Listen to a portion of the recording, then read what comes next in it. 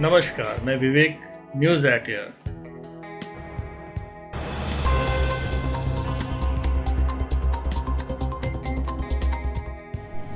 केंद्र की मोदी कैबिनेट ने बड़ा बदलाव करते हुए किरेन रिजिजू से कानून मंत्रालय वापस ले लिया है। उसकी जगह अर्जुन राम मेघवाल को कानून मंत्रालय का जिम्मा दिया गया है।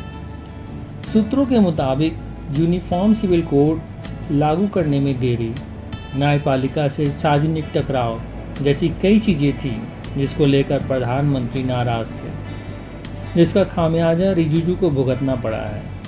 केंद्रीय मंत्री रिजिजू को भूविज्ञान मंत्रालय दिया गया। जुलाई 2021 में रविशंकर प्रसाद की जगह रिजिजू को कानून मंत्रालय का जिम्मा सौंपा गया था। ऐसे में सवाल उठता है कि आखिर अचानक किरेन रिजिजू के हाथों कानून मंत्रालय क्यों छीन लिया गया। चुनाव के चलते हुआ फेरबदल ये माना जा रहा है।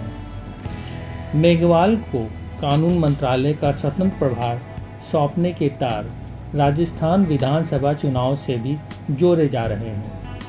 वहीं रिजिजू का भी मानना है कि यह फेरबदल चुनाव के चलते हुआ है।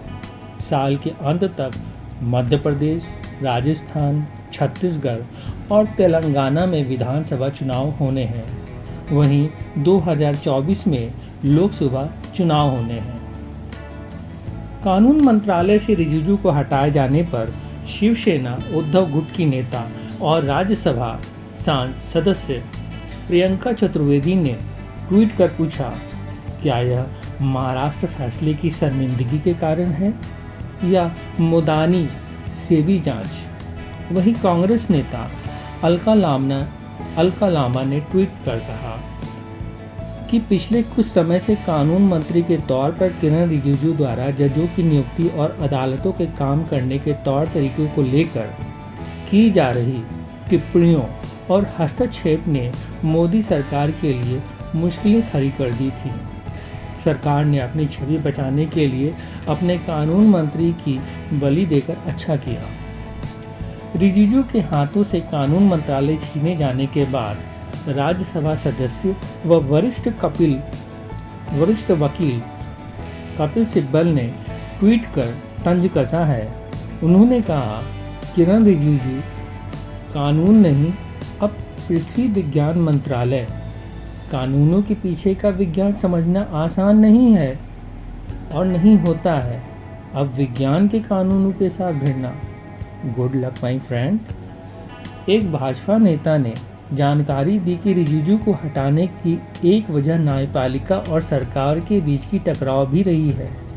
जनवरी में उन्होंने कहा था कि जज न्याय करने के बजाय आधा समय इसमें निकाल देते हैं कि किसे जज के तौर पर नियुक्त किया जाए।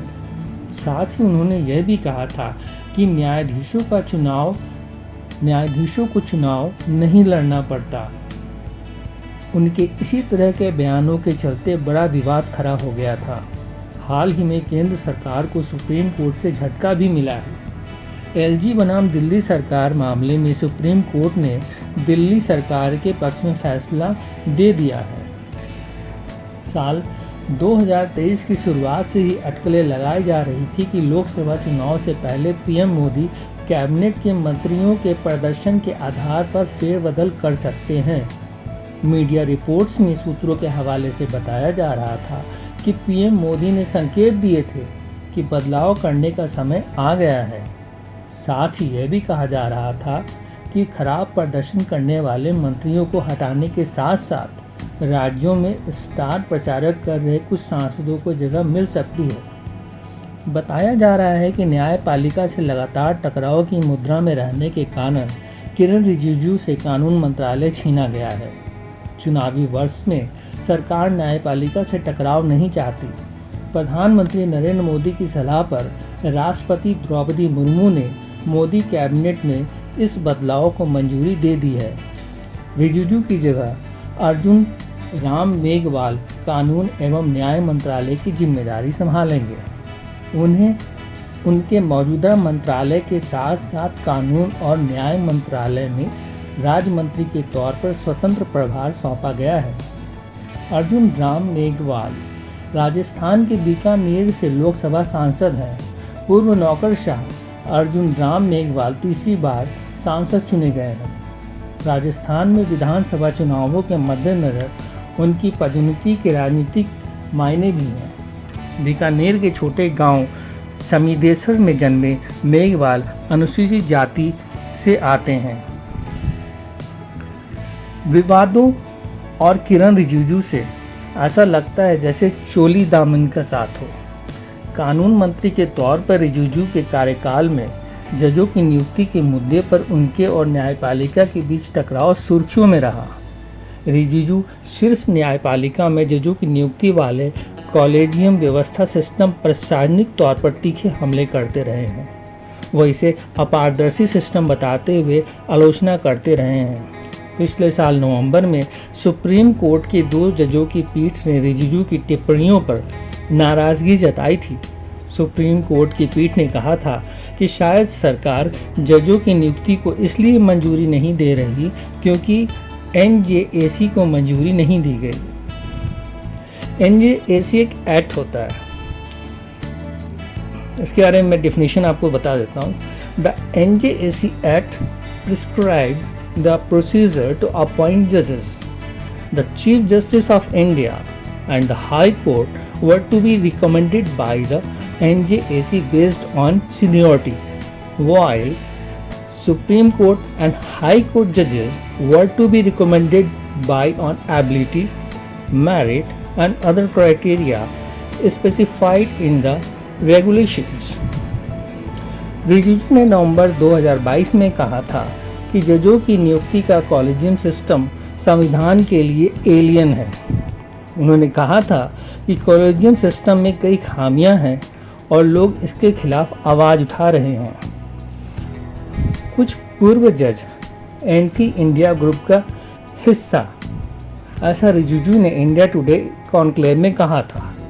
कुछ रिटायर्ड जज हैं, शायद 3 या 4, जो एंटी इंडिया ग्रुप का हिस्सा बन गए हैं।